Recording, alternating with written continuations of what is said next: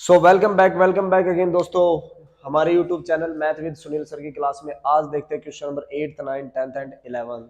सो देखिए question number 8th में आपको क्या दे रखा है। An AP consist of 50 term. एक एपी है दोस्तों जिसमें 50 टर्म टोटल है। विच थर्ड टर्म इज 12, जिसकी थर्ड टर्म क्या है 12 है दोस्तों। थर्ड टर्म क्या है दोस्तों, यहां से 12 है। ठीक है। Is and the last term, यानी कि लास्ट टर्म दोस्तों ए एन। ए एन, अब ए एन लास्ट का मतलब यहां पे टोटल टर्म कितनी है 50। तो यहां पे ए एन अनंत कौन सी हो जाएगी हमारी 50 टर्म। 50 टर्म क्या है दोस्तों 106। क्योंकि देखिए एक एपी में अगर 50 टर्म है तो लास्ट टर्म तो 50वीं टर्म होगी ना। मान लीजिए आपकी क्लास में 50 बच्चे हैं टोटल, है ना। तो लास्ट स्टूडेंट कौन है जिसका रोल नंबर 50 है। बात समझ में आई।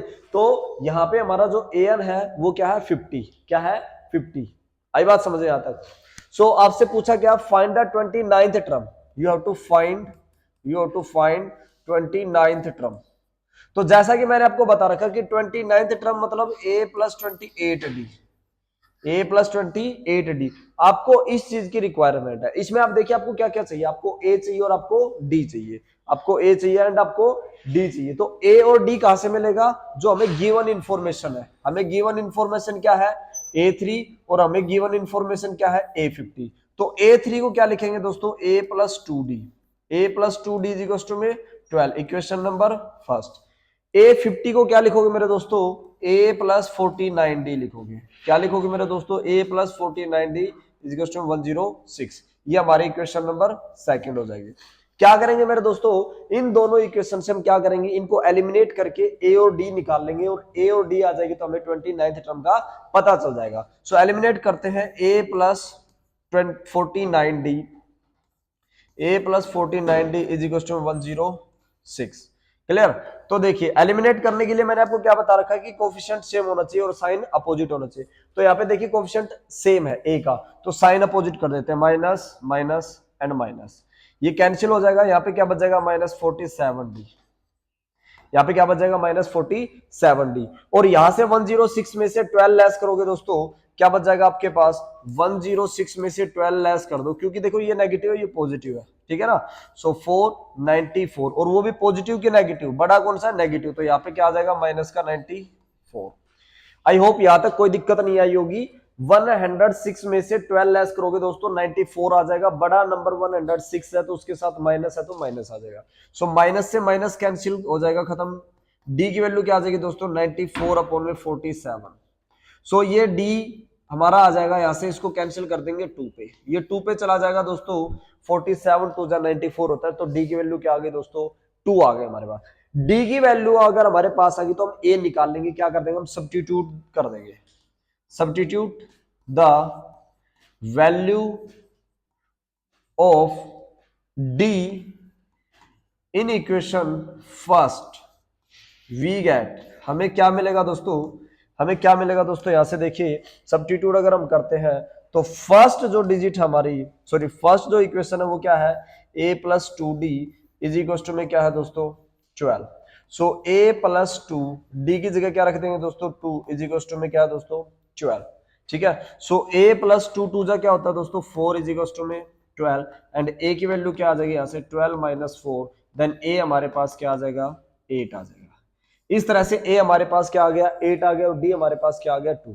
हमें निकालना क्या है दोस्तों 29th टर्म, और 29th टर्म को हम क्या लिखते हैं a प्लस 28d। क्या लिखते हैं a plus 28d।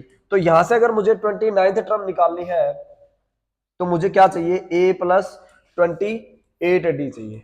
29th term निकालने के लिए मुझे a प्लस 28d की रिक्वायरमेंट है। a जस्ट हमने निकाला दैट इज 8 रख दीजिए प्लस 28, डी की जगह 2 रख दीजिए, डी हमारा 2 था। ठीक है ना। सो 8 प्लस 28 को बोर्ड मास के अकॉर्डिंग स्क्रीन से मल्टीप्लाई करेंगे। ठीक है। सो 8 टू जा 16 कैरी 1 2 टू जा 4 एंड 1 5। यहां से 26 प्लस 8, 26 प्लस 8 क्या हो जाएगा 26 प्लस 8 64। तो आपका जो आंसर है 29th टर्म जो है 29th टर्म क्या हो जाएगी दोस्तों 64 आ जाएगी। 29th टर्म क्या आ जाएगी दोस्तों 64 आ जाएगी। ठीक है। तो चलते हैं नेक्स्ट क्वेश्चन पे, और नेक्स्ट क्वेश्चन में क्या दे रखा है देखते हैं। If the third and ninth term of an AP, एक एपी है उसकी थर्ड और नाइन्थ टर्म दे रखी है आपको, ठीक है। मैं थोड़ा सा इसको जूम कर देता हूं, देखिए यहाँ पे क्वेश्चन नंबर 9 में क्या दे रखा आपको, थर्ड टर्म यानी कि A3 क्या दे रखा आपको 4, ठीक है। नाइन्थ टर्म यानी कि A9 क्या दे रखा आपको -8।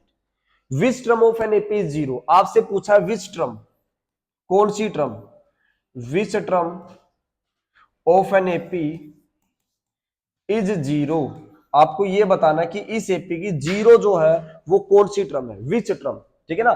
सो गिवन इंफॉर्मेशन में a plus 2d is equal to में क्या है 4, नाइन्थ को क्या लिखेंगे a plus 8d is equal to में क्या है दोस्तों -8। क्लियर है। फर्स्ट एंड सेकेंड इक्वेशन, यहां पे हमारे पास क्या आ गई मेरे दोस्तों, दो इक्वेशन आ गई। थर्ड को हमने लिखा a प्लस 2d और नाइन्थ को लिखा हमने a plus 8d। a plus 2d is equal to 4 and a plus 8d is equal to -8। Eliminate कर देंगे, सो एलिमिनेट कर देंगे तो क्या कर देंगे यहां से साइन चेंज, माइनस ये प्लस है माइनस हो जाएगा और ये माइनस है प्लस हो जाएगा, कैंसिल हो जाएगा। यहां से क्या बचेगा 2d पॉजिटिव है 8d अब नेगेटिव है, नीचे वाला साइन देखना है। सो यहां से -6d आ जाएगा और इधर से 4 प्लस 8 दोनों क्या हो जाएंगे ऐड हो जाएंगे, दोनों पॉजिटिव है। सो डी की वैल्यू क्या आ जाएगी दोस्तों यहाँ से 12 अपॉन में -6, तो डी की वैल्यू क्या आ जाएगी दोस्तों यहाँ से, डी की वैल्यू आ जाएगी -2। डी की वैल्यू क्या आ गई दोस्तों यहाँ से, डी की वैल्यू आ गई -2, डी की वैल्यू क्या आ गई दोस्तों -2। बट अब मुझे क्या चाहिए ए भी चाहिए, तो ए के लिए मुझे क्या करना है सब्स्टिट्यूट करना है, क्या करना है सब्स्टिट्यूशन मेथड यूज करना है एंड ए निकाल लेंगे। तो substitute the value of a in equation first, and first equation क्या है दोस्तों मेरी a plus 2d is equal to में 4, a plus 2d is equal to में 4। सो a प्लस 2d की जगह क्या रख देंगे दोस्तों -2 इज इक्वल टू में 4। क्लियर है यहां तक। सो यहां से क्या आ जाएगा a plus minus -2 2 4 is equal to में 4।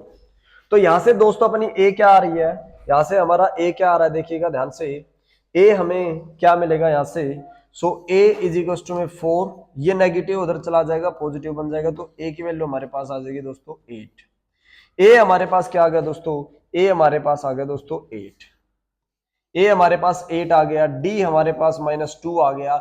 हमें ये बताना है which term of the AP is 0, 0 कौन सी टर्म है, which term of the AP is 0, ठीक है ना। सो यानी कि an हमारा an यानी कि 0 कौन सा है, समझ पाए चीजों को। सो an को क्या लिखेंगे दोस्तों यहां से देखिएगा, an को क्या लिखेंगे मेरे दोस्तों यहां से, an को लिखेंगे हम दोस्तों a प्लस n-1 इंटू में d इज इक्वल टू में 0। क्लियर है। सो a की वैल्यू क्या है दोस्तों यहां से 8 है प्लस n-1 एंड d क्या है दोस्तों यहां से -2 है इज इक्वल टू में 0।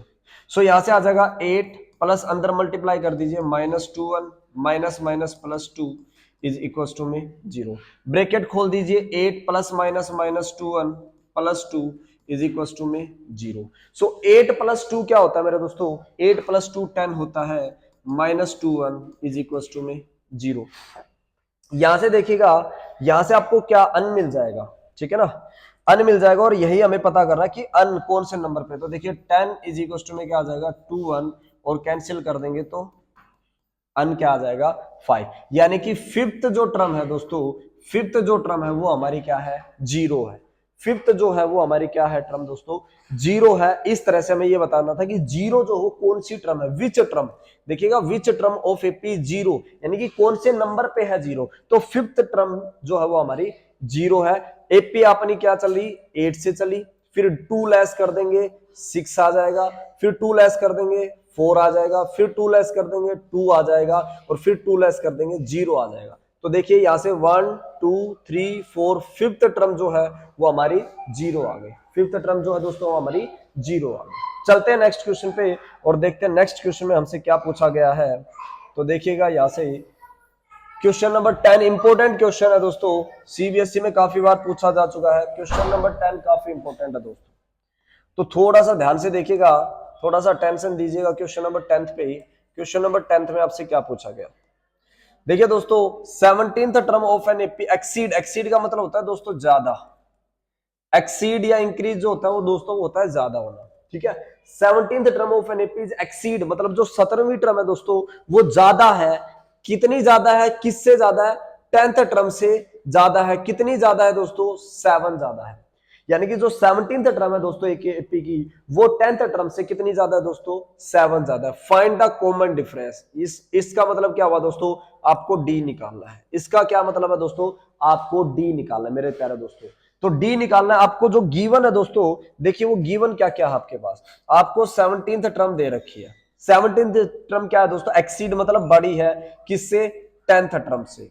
कितनी बड़ी है दोस्तों, 7 बड़ी है। इन इनइक्वलिटी का साइन रिमूव करने के लिए मुझे इक्वलिटी लाना है, तो मुझे दोनों चीजों को इक्वल करना पड़ेगा, और इक्वल करना पड़ेगा तो दोस्तों 17th टर्म तो ऑलरेडी 7 ज्यादा है, तो मैं क्या करूंगा, जो 10th टर्म है उधर 7 ऐड कर दूंगा। या फिर मेरे पास दूसरा ऑप्शन क्या है दोस्तों, 17th जो है उसमें से 7 लेस कर दूं। देखिए आप समझिएगा, यहाँ पे जो 17 है वो क्या है, बड़ा है किससे, 10 से। ये बात तो बिल्कुल जायज है ना, 17 इज ग्रेटर देन 10। अगर मैं यहां पे ये लिख दूं 17 इज इक्वल टू में 10, तो ये तो गलत होगा।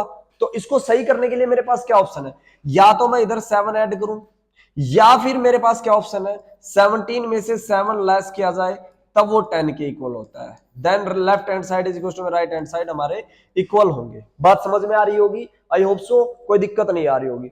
सो 17th टर्म 10th टर्म से ग्रेटर है, ज्यादा है, एक्सीड है, मुझे इक्वल लानी है, तो मुझे 10th टर्म में क्या करना पड़ेगा दोस्तों, यहाँ पे 7 ऐड करना पड़ेगा, ताकि वो दोनों क्या हो जाएंगे, बैलेंसिंग हो जाएंगे, दोनों चीजें इक्वल हो जाएंगे। 17th टर्म को क्या लिखते हैं दोस्तों हम, 17th टर्म को हम क्या लिखते हैं दोस्तों, a प्लस 16d लिखते हैं। 10th टर्म को हम दोस्तों a प्लस 9d लिखते हैं प्लस 7। कोई दिक्कत, इनको इधर ले आएंगे। So a plus 16d minus a minus 9d is equal to में 7। ए से ए कैंसिल हो जाएगा दोस्तों, 16d minus 9d is equal to में 7, और यहां से क्या बच जाएगा, 7d इज इक्वल टू में 7, और d की वैल्यू आ जाएगी दोस्तों, यहां से d आ जाएगा हमारा 1। तो d हमारा क्या आ गया दोस्तों, यहां से d की वैल्यू आ गई हमारी 1। तो हमें कॉमन डिफरेंस ही निकालना था, यानी कि d ही हमें निकालना था, और वो हमारा फाइनली क्या आ गया दोस्तों, 1 आ गया। एक बार दोबारा समझिएगा, 17th टर्म जो है दोस्तों वो ग्रेटर है किससे, 10th टर्म से, और कितनी ग्रेटर है दोस्तों, 7 ग्रेटर है, मतलब 7 ज्यादा है, ठीक है। तो 17th टर्म को 10th टर्म के इक्वल करने के लिए मुझे 10th में कमी है कितने की, 7 की, तो मैंने 10th टर्म में क्या ऐड कर दिया दोस्तों, 7 ऐड कर दिया। 10th टर्म में क्या ऐड कर दिया दोस्तों, 7 ऐड कर दिया। 17th टर्म को क्या लिखा जाता है दोस्तों, a प्लस 16d। उसी तरह 10th टर्म को क्या लिखेंगे दोस्तों, a plus 9d plus 7। a plus 9d को इधर ले आया दोस्तों मैं, माइनस ए हो गया, माइनस 9d हो गया इक्वल टू 7। a से a कैंसिल, बिकॉज ये पॉजिटिव है, नेगेटिव है, कैंसिल। 16d में से 9d लेस करेंगे दोस्तों, यहाँ पे 7d आ जाएगा, और इक्वल में 7 है, 7 1 जा 7, d की वैल्यू हमारे पास क्या आ जाएगी दोस्तों, 1 आ जाएगी दोस्तों, d की वैल्यू क्या आ जाएगी, 1 आ जाएगी। चलते हैं नेक्स्ट क्वेश्चन पे, एंड नेक्स्ट क्वेश्चन भी काफी इंपॉर्टेंट है, 10th और 11th क्वेश्चन काफी इंपॉर्टेंट है इस एक्सरसाइज के। सो बड़ा ही ध्यान से देखिएगा 10th और 11th क्वेश्चन को। देखिएगा क्वेश्चन नंबर 10th में क्या दे रखा आपको क्वेश्चन नंबर 10th में आपको क्या दे रखा है, कह रहा है which term of AP this, इस एपी की कौन सी टर्म विल बी 132 मोर, 132 मोर ज्यादा है किससे, 54th टर्म से। कह रहा है इस एपी की, ये जो एपी चल रही है, क्या एपी चल रही है, 3 15 27 39 डॉट डॉट डॉट, इस एपी में ऐसी कौन सी टर्म है जो इसी एपी की 54th टर्म से भी 132 ज्यादा है। तो सबसे पहले मुझे यह पता होना चाहिए कि 54th टर्म मेरी क्या है। समझ पा रहे होगे कि मैं क्या कहना चाह रहा हूं, कि मुझे कम से कम ये तो पता चले कि इस एपी की 54th टर्म क्या है। तो 54th टर्म निकालने के लिए मुझे क्या करना पड़ेगा मेरे दोस्तों, a प्लस 53d की रिक्वायरमेंट है, और ए और डी चाहिए मुझे। तो ए हमारा एपी में गिवन है, ए हमें क्या दे रखा दोस्तों 3, और डी हमें निकालना आता है कैसे, A2 में से A1 माइनस करके, यानी कि सेकंड टर्म में से फर्स्ट टर्म माइनस करके हम डी निकाल लेंगे। तो डी हमारा क्या आ जाएगा दोस्तों, 15 माइनस में 3, और डी की वैल्यू हमारे पास क्या आ जाएगी दोस्तों, 12। डी हमारे पास क्या आ गया दोस्तों, 12 आ गया। ए हमें गिवन है क्या, 3, यहां पे सब्स्टिट्यूट कर दीजिएगा, और इस तरह से हमें 54th टर्म मिल जाएगी क्या, a plus 53d। So A 54th क्या मिल जाएगा हमें, ए है हमारे पास 3 प्लस 53 और डी की वैल्यू हमारे पास क्या है दोस्तों 12 है। डी की वैल्यू क्या है दोस्तों 12 है। सो ए 54th क्या आ जाएगा दोस्तों 3 प्लस 12 को 53 से मल्टीप्लाई कर देंगे, 12 3 जा 36 कैरी 3, 12 5 जा 60 एंड 63। सो ए 54th क्या आ जाएगा दोस्तों यहाँ से 639 आ जाएगा। क्या आ जाएगा दोस्तों ए 54th टर्म हमारे पास क्या आ जाएगी 54th टर्म आ जाएगी हमारे पास 639। आई होप सो यहां तक कोई दिक्कत नहीं आई होगी। बट 54th से भी आपको क्या निकालना है 54th से भी 132 मोर टर्म निकालनी है, यानी कि इससे भी 132 ज्यादा हो वो टर्म बतानी है। चलिए निकालते हैं। तो मोर के लिए क्या बताना था आपको, मोर के लिए मैंने क्या बता रखा आपको ऐड करना है, यानी कि अगर मैं ए 54th टर्म में 132 ऐड कर दूंगा दोस्तों वो मेरा क्या बन जाएगा ए एन बन जाएगा। क्या बन जाएगा दोस्तों वो मेरा ए एन बन जाएगा। और ए 54th क्या है दोस्तों 639 है प्लस 132 ऐड कर दोगे वो हमारा ए एन बन जाएगा दोस्तों। सो 9 प्लस 2 दोस्तों 11 होता है, 3 plus 3 6 and carry 1 7, 6 plus 1 7 is equal to में ए एन, यानी कि जो मेरा अनंत है यानी कि ए एन है वो मेरा क्या है दोस्तों वो मेरा क्या है दोस्तों ए एन मेरा है 771, यानी कि मुझे 771 निकालना है। मुझे क्या निकालना है दोस्तों 771। तो ए एन क्या होता है दोस्तों अपना ए प्लस अन माइनस 1 इंटू में डी। ए एन क्या होता है दोस्तों ए प्लस अन माइनस 1 इंटू में डी होता है। तो यहाँ पे ए एन की जगह रख देंगे 771 इज इक्वल टू में ए क्या है दोस्तों यहां से देखिएगा 3 है प्लस अन हमें निकालना है कौन से नंबर की टर्म है, डी हमारे पास क्या है दोस्तों 12 है, यहां रख देंगे हम 12। कोई दिक्कत नहीं आई होगी। सो यहां से देखिएगा 771 ये जो 3 है इधर माइनस हो जाएगा and n minus 1 multiply by 12। तो 771 में से 3 लेस कीजिएगा क्या आ जाएगा 768। क्या आ जाएगा दोस्तों 768 इज इक्वल में क्या है दोस्तों अन माइनस 1 और ये जो 12 है इधर आ जाएगा डिवाइड कर जाएगा। सो 12 से इसको डिवाइड करेंगे तो देखिएगा हमारे पास क्या आ जाएगा 768 को 12 से डिवाइड करेंगे, ठीक है 6 पे चला जाएगा 72, 4 आ जाएगा 8 उतार लोगे 4 पे आ जाएगा 48, रिमाइंडर आ गया 0। यानी कि आपने जब इसको डिवाइड किया तो आपके पास क्या आ गया 64 इज इक्वल टू में अन माइनस 1।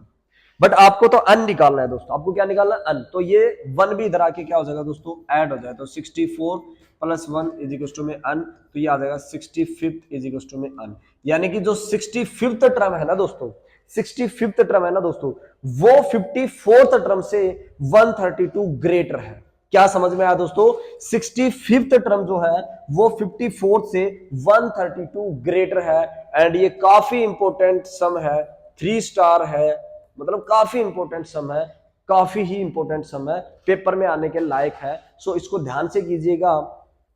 नेक्स्ट वीडियो में मिलते हैं बाकी के सम के साथ।